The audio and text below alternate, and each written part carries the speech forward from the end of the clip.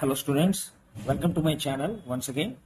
So మనం previous lectures లో మనం యూనిట్ 1 కంప్లీట్ చేసేసామండి పర్స్పెక్టివ్స్ ఇన్ చైల్డ్ డెవలప్మెంట్ లో. ఇప్పుడు మనం యూనిట్ 2 కి వద్దాం. ఈ యూనిట్ 2 కూడా చిన్నదేనండి యూనిట్ 1 లాగే. ఇది కూడా ఫాస్ట్ గానే అయిపోతుంది.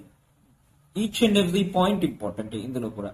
అందులో మనకు ఎలాగైతే ప్రతి క్వశ్చన్ ప్రతి కాన్సెప్ట్ ఇంపార్టెంట్, ఇందులో కూడా మనకు అలాగే చాలా ఇంపార్టెంట్ అండి.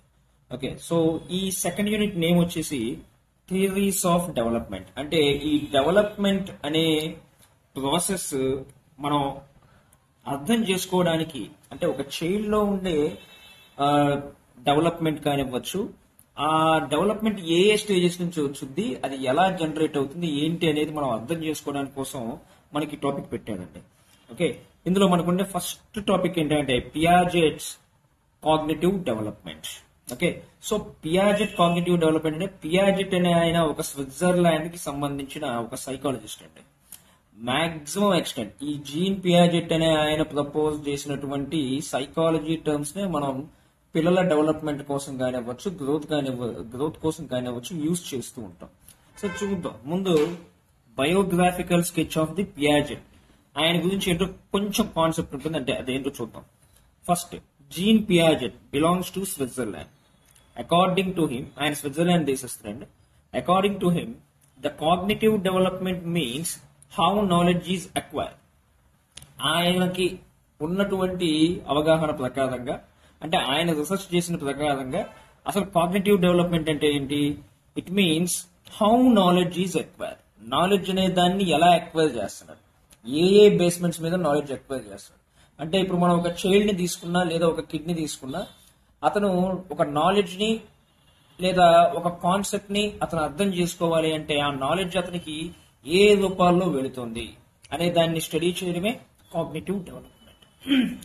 Okay, and developed through successive stages at various age levels. ఒక్కొక్క ఏజ్ లెవెల్లో ఏ విధంగా సక్సెసివ్ గ్రోత్ అవుతూ ఉంది అనే వాటిని, అంటే ఒక చైల్డ్ లో గ్రోత్ ఏ విధంగా ఉంది, అలాగే ఏ విధంగా అది సక్సెసివ్ స్టేజెస్ లో అతని ఏజ్ కు అనుగుణంగా అది స్టేజ్ ఇంక్రీజ్ అవుతూ ఉంది అనే వాటిని స్టడీ చేయడమే ఈయన ఉద్దేశం. ఇదే కాగ్నిటివ్ డెవలప్మెంట్. ఈ థియరీని ఏమంటారంటే జెనెటిక్ ఎపిస్టమాలజీ అంటారు.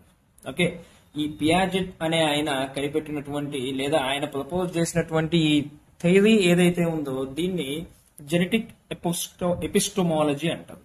ఓకే, సో ఒక్కొక్కసారి మనల్ని ఏమడుగుతారంటే పియాజెట్స్ కాగ్నిటివ్ డెవలప్మెంట్ గురించి రాయండి అని అడగకుండా డైరెక్ట్ గా, ఇండైరెక్ట్ గా పియాజెట్ జెనెటిక్ ఎపిస్టమాలజీ గురించి చెప్పండి, దాని గురించి రాయండి అని చెప్పేసి మనల్ని క్వశ్చన్ అడగచ్చు.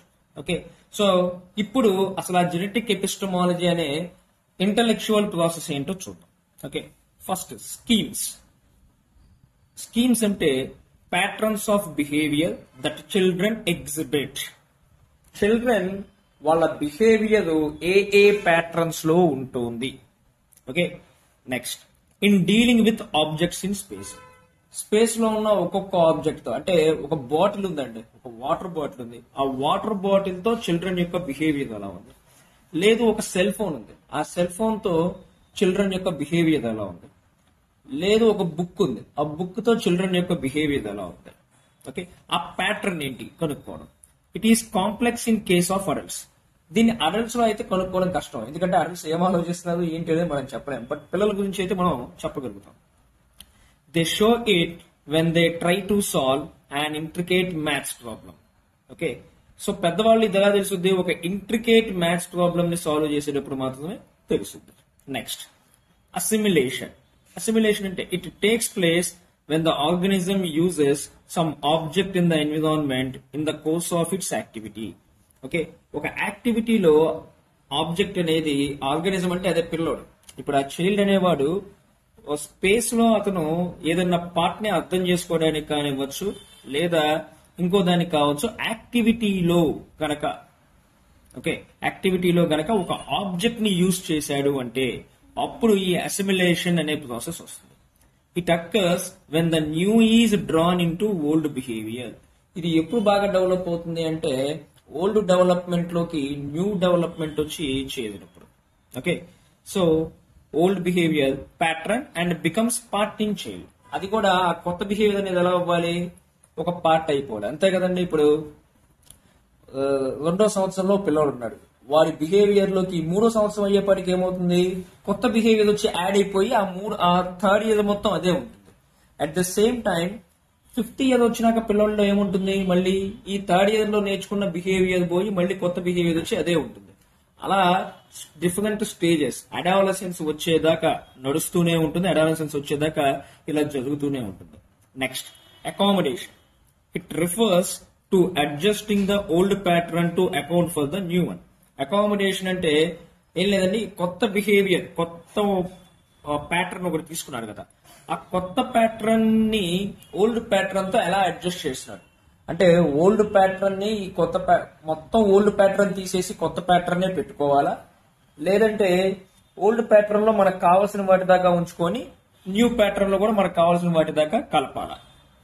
ఇలా అకామిడేట్ చేసుకోవడం, అతని బిహేవియరల్ చేంజెస్ లో ఈ విధమైన విధానాన్ని అడ్జస్ట్ చేసుకోవడమే మనకి accommodation. Hence new activities are added to the learned pattern and these are modified. Okay, so old patterns కి న్యూ యాక్టివిటీస్ అనేవి యాడ్ అయినప్పుడు ఏమవుతాయండి, కొత్తవి అలాగే పాత వాటిని మోడిఫై చేసుకుంటాడు, అవసరమైతే ఉంచుకుంటాడు, లేదంటే ఆ బిహేవియర్ ని తీసి పక్కకు పెట్టేసేస్తాడు. This is about accommodation. And next, equilibrium.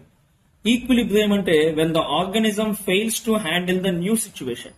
కొత్త సిచ్యువేషన్ ని గనక ఆర్గానిజం అనేది అంటే కొత్త బిహేవియర్ ని అడాప్ట్ చేసుకోలేకపోయింది అనుకోండి, with the help of previously learned pattern of behaviour, అతని ఆల్రెడీ ప్రీవియస్ లెర్న్డ్ బిహేవియర్ మీద ఆ బేస్మెంట్ మీద కొత్త బిహేవియర్ ని అతను అలవాటు చేసుకోలేకపోయాడు అనుకోండి, same sort of imbalance is created. ఒక ఇంబ్యాలెన్స్ అనేది క్రియేట్ అయిపోతూ ఉంటుంది.